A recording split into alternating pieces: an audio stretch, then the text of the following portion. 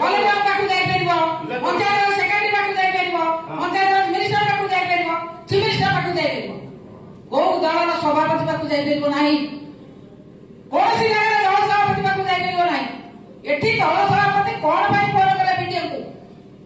ଯଦି ଦଳ ସଭାପତି ଫୋନ କରୁଛନ୍ତି ତାହେଲେ ବ୍ଲକ ଏବଂ ତହସିଲ ଏବଂ ଜିଲ୍ଲା ପ୍ରଶାସନକୁ ଦଳୀୟ ଭିତରେ ଚାଲିବା ପାଇଁ ବାଧ୍ୟ କରୁଛନ୍ତି, ଏକଥା ଲେଖନ୍ତୁ।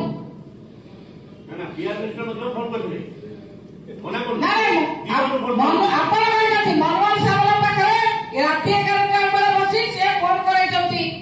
ଆପଣ ଫୋନ ଧରିଲେ ସେ ଆପଣଙ୍କୁ କହିଲେ ପଞ୍ଚାୟତରେ ବିଧାନ ପଞ୍ଚାୟତ ସରପଞ୍ଚ ଆସିଛନ୍ତି, କାହିଁକି କାମ ଦଉନାହାନ୍ତି? ଲେଖନ୍ତୁ।